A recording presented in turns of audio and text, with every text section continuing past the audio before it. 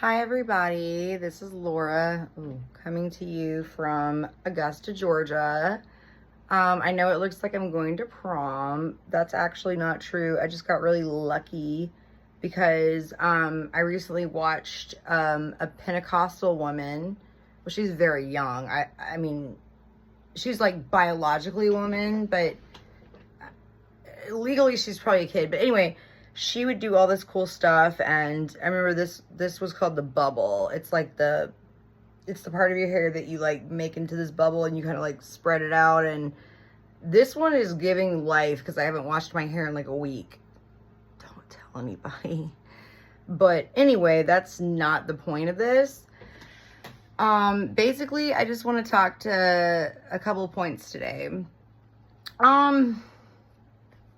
I'm just getting really tired of some of the feelings that I'm having, and I need to understand, like, I don't know, how valid they are. So, I had some cards I made. This one, the first one is, we don't always deserve our earthly blessings. Let me tell you a little bit about that. My parents were both raised, with very modest, humble beginnings. They each had 3 siblings besides them. And I remember at one point, I think it was my father who was living with his mom, dad, and 3 sisters. And they were like literally living in like a 2-bedroom. Yeah, with like bunk beds. And my mom's situation, I don't think was much better. Her youngest sibling was born a little later. So it wasn't like so many kids in the house, but they still struggled. My parents really worked hard. You know, they went to college. They just like did it, you know, and they're successful financially. I'm not. Like, I'm their only offspring. So I feel like a little leech and a mooch. It wasn't always like that. Like, I was financially independent, like fully at one point. And I remember I was like, Dad, I don't want to be on the family plan anymore. I don't need you to pay for my cell phone. And he was like, no, it's a family plan. Like, it makes more sense for us to bundle it. And I was like, okay. But I really can't like describe exactly what happened between that point and now. Like, I'm not doing heroin, you know, nothing crazy has changed. I think just my mindset has. Don't compromise the integrity of the bubble. That was what the Pentecostal woman said. Oh, wow. Yeah, she was making this messy bun, and it looked a lot better than this, but I'm actually like kind of stoked that I got this much volume just from. Anyway, don't wash your hair for a week. Okay, so I'm just going to go with the next one. Value judgments should be based on God's values, not ours. Ours meaning the human ones. So yeah, like, I clean hotel rooms. I never would have ever thought I would be doing this. I'm not gonna lie. Like, when I hear about people doing that, like, I was like, oh yeah, no, I'm never gonna do that. Been doing it for a year now. I think that when you can like humble yourself and do this like menial kind of work, I don't feel like people have that experience if they don't get to do that. And I'm not just saying that because like you're thinking like, oh, well, you can't do any better. Like, I'm so grateful for this experience, even though I make like $11.75 an hour. No, I'm grateful for this because it gives me like what I call a different slice of life, and it's introducing me to so many people that have so much to offer. And I just realized like everybody's like classist, you know, like everybody wants to just like claw their way to the top and like prove that they're worthy. And I think that if like more people just really like relied on what God wants out of them, I don't think we would like have this issue, because people would be like, well, nobody really cares, you know, how much money I have or like what I do for a living. It's as long as I'm really trying to be this person that God wants me to be and like follow the example of Jesus and really just love people. Like if you read the New Testament, it constantly is just like, you know, the most important of these is love. Like love your neighbor. Like I've loved you. You need to do this too. And I don't think a lot of people do that. Oh, I just saw another one. Biblical symbolism. So I have on the back burnt offerings. Yeah, I have this amazing Bible. It's called like a study Bible or a student Bible. I can like send a or show a picture. Actually, let's just go look at it. It's freaking amazing. Hold on, it's dark. Oh, where are you? It means I've been using it. That's good. Oh, I know where it is. Here we go. It's literally like the most beautiful, colorful Bible you've ever seen in your life. I'm not like plugging for, what is it, Zondervan? No, it's Filament, Tyndale. I promise you I'm not employed by them because I would have to like put like some kind of, anyway, I really want to show you guys this. It's gorge. So this is the, you know, very unassuming cover, right? So, like, you open it, and it's like, that was the note from my parents. It's like, bam.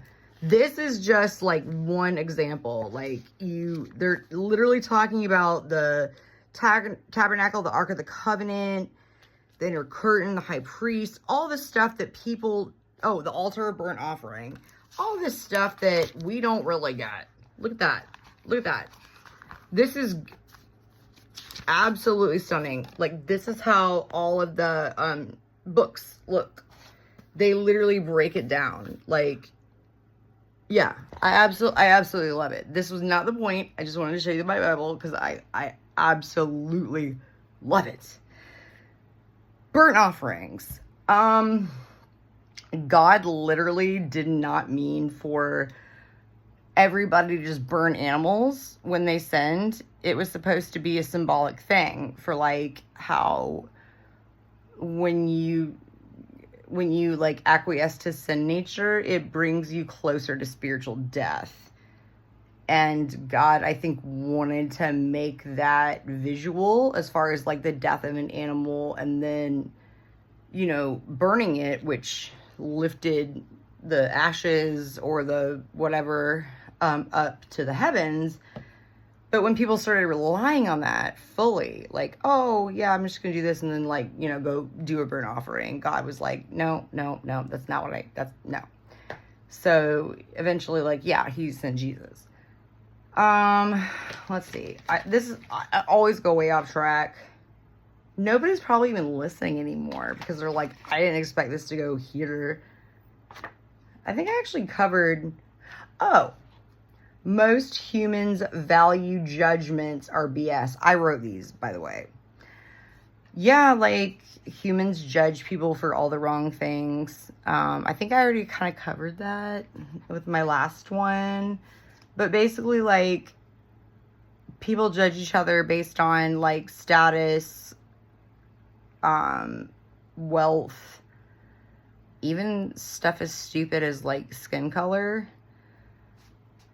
It's not how God sees us. He sees us for what's inside of our hearts. Even if we don't always, like, make the best choices outwardly, like, God really sees us inside, I think. I have to believe that, you know, because that's what it says in the Bible. Like, he knows our heart. Poor people matter. Yeah, because I'm poor now. But, they do. Being rich doesn't make you righteous. Actually, if you read the Bible, it's kind of opposite. Yeah, the New Testament really speaks to this a lot. Basically, Jesus was just like, you know, give up your wealth and follow me. Some people couldn't do it. I get that. Like, it would be tough because in the material world, I have a glow spot on this tooth. I have no idea what that is, but you can see it. It glows in the dark. I get why people didn't want to do it. Because that was security, especially in a time where, like, you could die at the drop of a hat just because you, like, cut your foot on, like, a thorn. You know, and, like, there was no modern medicine. I get it. Wealth gave you things that other people did not have access to, and by distributing or parting with your wealth, you essentially were giving away your security. So I understand, and it's kind of the same thing today. But the whole point, I believe, is that Jesus doesn't want you to rely on anything that's going to help you on earth necessarily, because the whole point is, like, he wants you to rely on him. And I'm still trying to figure out what that looks like. So if anybody has any comments, critiques, whatever, any, like, encouraging messages, I would very much love to hear them, because I'm everything is a journey. Like, I don't feel like any Christian can really, like, fully experience, like, the true journey. They're never gonna get there. They're gonna die trying, that's for sure, you know, because that's kind of the whole point, right? Like, you die and you go to heaven, but I don't think any of us are really ever gonna get there. Like, we're never gonna be like, oh, I don't have to do anything else, like, this is it, because we're imperfect. But that's kind of the essence of life. So I don't really think I talked about the things I wanted to. Anyway,